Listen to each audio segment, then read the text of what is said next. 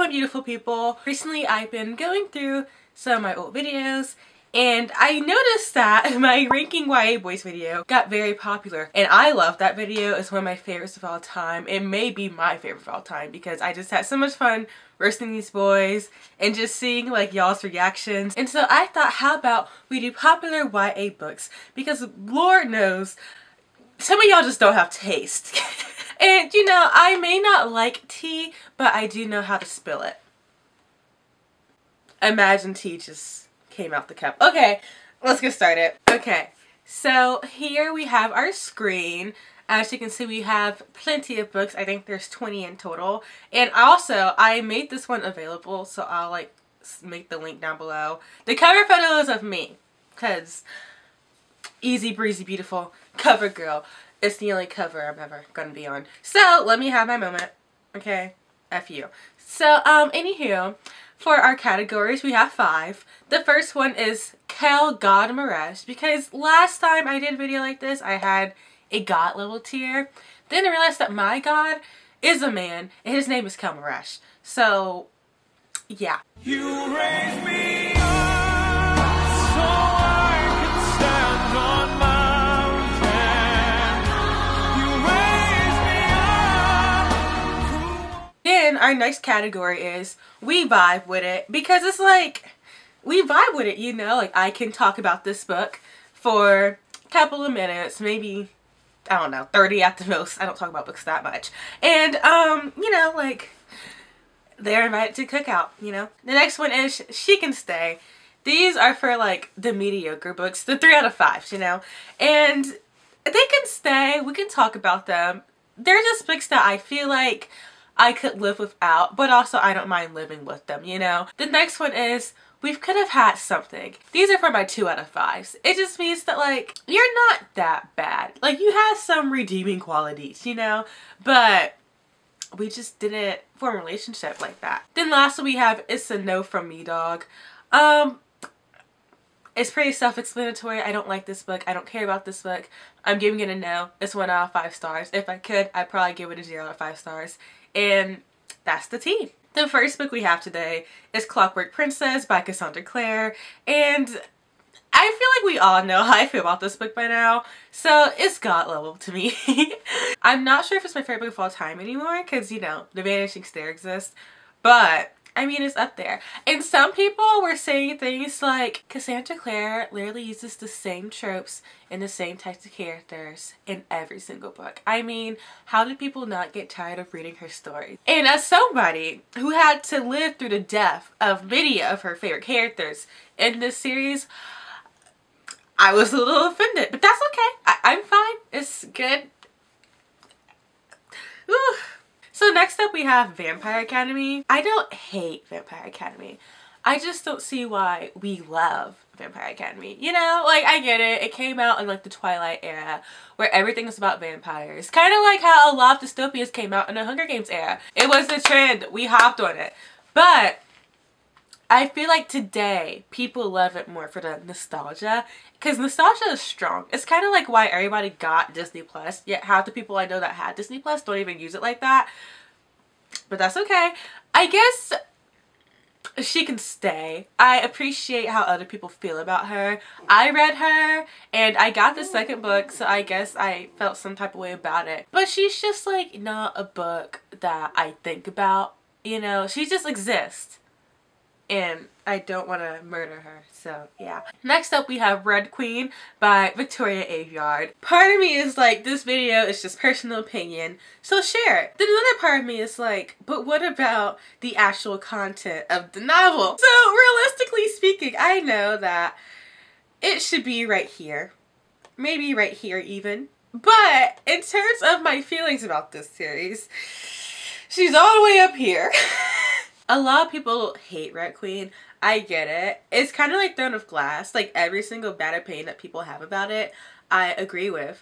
It's just like, she my baby, you know? Like I love her. She makes me feel some type of way. I read her in 6th grade. That nostalgia factor is coming into play.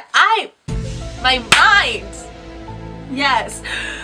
Ooh, I'm so smart. But I know that she follows a lot of tropes, and also Victoria Aveyard, I love her. She was one of those authors that were like shipping Jon and Sansa from Game of Thrones.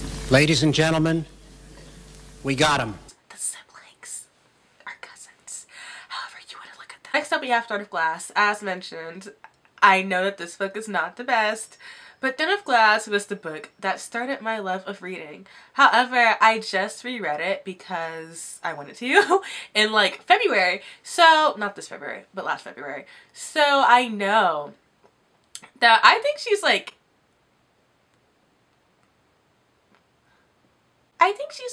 you know, maybe the second worst in the series. Empire of Storms is not good to me. I want to do a video like ranking Throne of Glass books and just talking about them, but I'm not sure if people are interested. But tell me how you feel about that if you are. Anywho, I'm going to put this book in We Vibe With It. Because of how it like kickstart my love for reading, I want to put it in guide level, but the book itself and just the content of it is keeping me from doing that. But just know like I love this book and I love the series despite Sarah J. Maas. Next up we have The Raven Boys, Maggie Stiefvater. She can stay. So I do really love The Raven Boys. I do. Trust me, I do. However, here's the tea. I only finished this book on my 4th time reading it. I mean, I tried reading it the first time, boring. The second time, boring. The third time, I couldn't do it anymore. I literally, I felt like such an idiot. I felt like a girl that kept going back to her ex-boyfriend, expecting him to be different. And I promised myself I would never be that girl. And I judged that girl. I laughed at her. I questioned her about what was going through her mind. And the whole entire time it was me. However, the 4th time around, I listened to it. And that changed the game. Because number 1, I was really motivated to listen to the audiobook because I just wanted to get into them. And number 2, having somebody narrate it and like capture the mood and set the tone of the book for me was an experience. And that's what matters. Next up, we have Anna and the French Kiss. Or Anna. Anna and the French Kiss used to be one of my favorite books of all time. But then I tried rereading it last year. And I realized how bad it is. Mind you, I read this book for the first time in like 8th grade.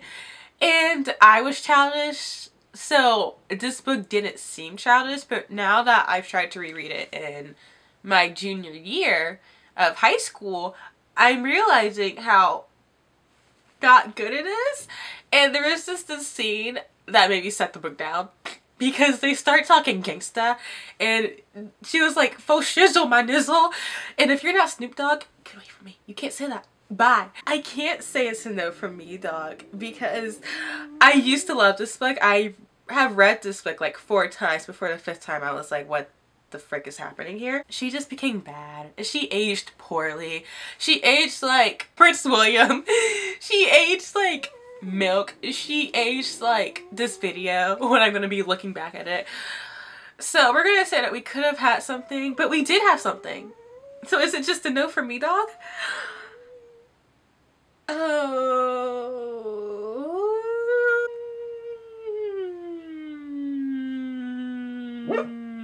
Mila, shut up. It's a no for me, dog. No, Mila.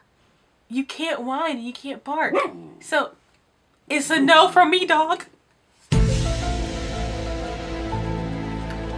Selection series, aged poorly, as I was saying. Aged like Anna and the French Kiss. I reread it last year. I got through the series and I realized a moment of truth, a epiphany, that this book isn't good. The writing's not good. The characters aren't great. Why did I like it? And when you have a moment like that, you start to question every single book that you ever gave a 5 out of 5 star in history. Like literally, I scroll through my Goodreads sometimes and I think, why did I give that 4 out of 5 stars?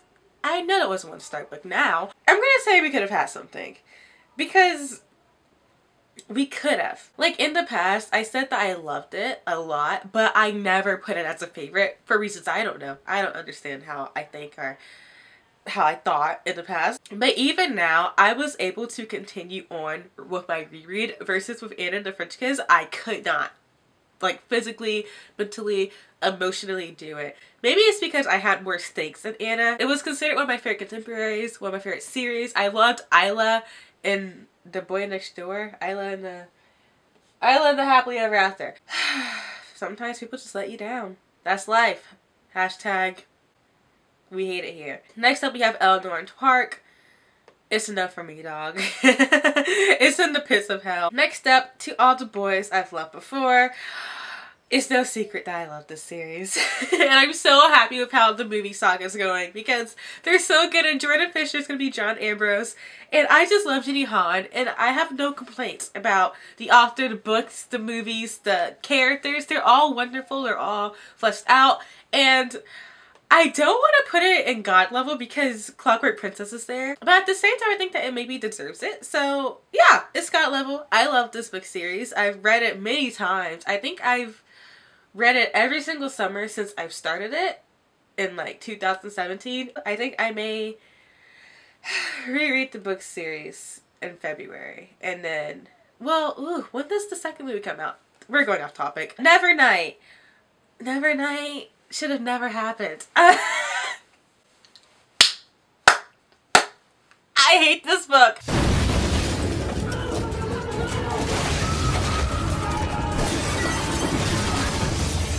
And I hate it because I had expectations and they weren't met. I feel like such a loser because all the cool kids love Nevernight. Like Boston reads books. She is an icon. I adore her. What the heck? And she loves this book. And so I went to love it, and I was led astray, lied to, did not like it at all. I felt hoodwinked. We have been hoodwinked, bamboozled, led astray, run amok, and flat out deceived. So yeah, Nevernight, it's enough for me, dog. But also, we could have had something. No, that's enough for me. Yeah, the writing, bad. Honestly, J. Kristoff, he snapped with Illuminate, and so did Amy Kaufman. But now I'm starting to think that was probably more Amy Kaufman. Does Nevernight? No. The Iron Bay. This is the Iron King. Wait, the Iron King's the first book. Okay. The Iron Bay series. I read the first Iron Bay book in December, and I never finished. I started book 2. I just didn't care about it. But it can stay, you know. Sometimes it's like I just don't have the motivation to finish a series, but usually I do. So it's kind of weird, you know? But it's like a decent book. It's kind of a book that was a classic to like a lot of people, and it still is, I suppose. But I don't think that people talk about it as much as they used to, because I always heard about it, and it was always like featured in like fae-themed book boxes. It's kind of like Vampire Academy in the sense that when people are like talking about their favorite series or like books that made them love reading or made them start reading, it's mentioned, but like people don't really rave about it, like just randomly, you know. Next up, we have Matched. Matched was my favorite book in 7th grade. I love this book. It made me so happy. I read Crossed, and Crossed was as she can stay. It was not good. Looking back on it, it's more like a no for me. But at the time, it was just she can stay. Because I loved the first book so much, and I wanted the main couple to get together. I don't remember their names anymore, but I just want them to be together so bad. Then I read Reached, and I wanted to shoot myself. Reached made me so mad because of this one scene I remember so vividly. The main guy kissed a girl just to see what it would be like. And then he thought, it's nothing like the main girl's kiss. But at the same time, I was mad because the main girl just crossed a desert to get to you, and you're just kissing other girls to see what it's like. Meanwhile, she's around this other guy that's into her, and like she's tempted, but she never thinks about betraying you. Why? Because she knows that you're the one for her, and you're just kissing other girls. It just really let me down. So I want to say that we could have had something, because we could have. Like honestly, if the other books were great, I would love the series still. Despite his flaws, despite being annoyed by him. Because look at this. Throne of Glass is right here. Red Queen is right here. This book is down here. Because the other books were just so bad and I became so angry with them. Next up, I have Shadow and Bone. Oof. I don't really want to explain this one. Shadow and Bone was a book series that I read, and I made myself keep reading it because I told myself it will get better. you were not alone. So I just kept going and it was not good, and the other books aren't really good to me. The highlight was Nikolai. Honestly, she can stay. I'm happy that I read this series because I have had so many conversations and formed so many relationships because of it. Talking about the Darkling, bashing Alina, bashing Mao. It's just helped me break the ice and like form connections with people because everybody has to pay on this series. And so I guess it can stay for its relevance and like what is added for the community. And also, as much as I hate it, I still am excited for the Shadow and Bone TV series. Next up, we have City of Bones. I'm gonna say that we could have had something. I like Cassandra Clare's books. I like, once again, like what they add to the community, similar to Shadow and Bone and Vampire Academy. But when it comes to the series alone and not the Shadowhunter Chronicles, I have not finished the Mortal Instrument series. I've tried twice. I got to book 5 twice. I'm sorry, Sebastian Morgenstern is just not enough for me. I guess I never got to like his redeeming part when people are like, OMG, he's so sexy, he's my boo thing, woohoo hoo hoo hoo hoo. That being said, like, I don't want to. I don't care about him.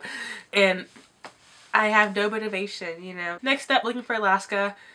No, the toothpaste scene. You know, I like things that are a little bit out there, but that was just out the window. Six of Crows. What else? What else? What else? What else? What else? What? Tell me. What? What else? Talk to me. Talk to me. Talk to me, government. I'm not hearing anything. What else? What else? What else? Children of Blood and Bone. You know how people say things like, did you only like President Obama because he was black? Personally, that was not the case for me. And that question always felt and is very racist, let me just say. But Children of Blood and Bone and my feelings towards it kind of reminds me of that question. Because I did feel like I had to like it because I was black. And I realized that that's not true. Now that I'm older and wiser, I felt like I had to love it, right? So I give it 5 out of 5 stars. And maybe I did deserve it. But in terms of like the emotions it made me feel and my connection to it, it was just not there. I'm going to say that do we vibe with it? I feel like we vibe with it, but it's about like a she can stay. Because I've finished these We Vibe With It series. I'm not sure if I want to finish Children of Blood and Bone. I want to reread it to see like if my feelings have changed. Because at the same time, I was pressuring myself to read it because I had just started my booktube channel and I wanted to get my review up before anybody else. That pressure for reading a book that I was not all that into and that was also like 600 pages made me resent it so much. So if I reread it, maybe my feelings have changed. I don't know. Legend. It's enough for me, dog. Akamath. Oof. Is it God level? I feel like Akamath is like Shadow and Bone, but I like Akamath. So it's God level. We could do that. Because I actually don't really love the ACOTAR series. Books 1 and 3 aren't good. A Core of Frost and Starlight, train wreck. But the book by itself, though, is a masterpiece. And I will argue with people about that till the death of me. Daughter of Smoke and Bone. It's a no for me, dog.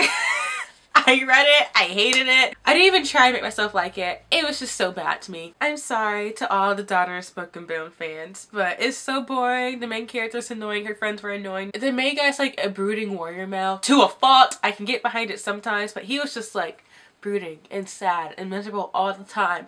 I don't want to read about myself. Okay, everybody, here's my final ranking. I'm feeling kind of solid about everything. There's nothing that I'm on the fence about changing. As I said before, it is saved, it is downloaded. I will link it down below. And it's called Ranking Popular YA Books. So have your fun with it. I'm not sure if you guys can edit it, but like if you want to add more books to it, then do what you want to do. Thank you guys so much for watching. If you're new here, please subscribe if you like this video because I plan on making more like it. And also, I like my videos for the most part. I'm pretty proud of 18% of them. So yeah, and if you guys are not new here, thank you so much for your constant love and support, and I adore you and I wish you the best of days. So yeah, I'll see you guys all later. Bye.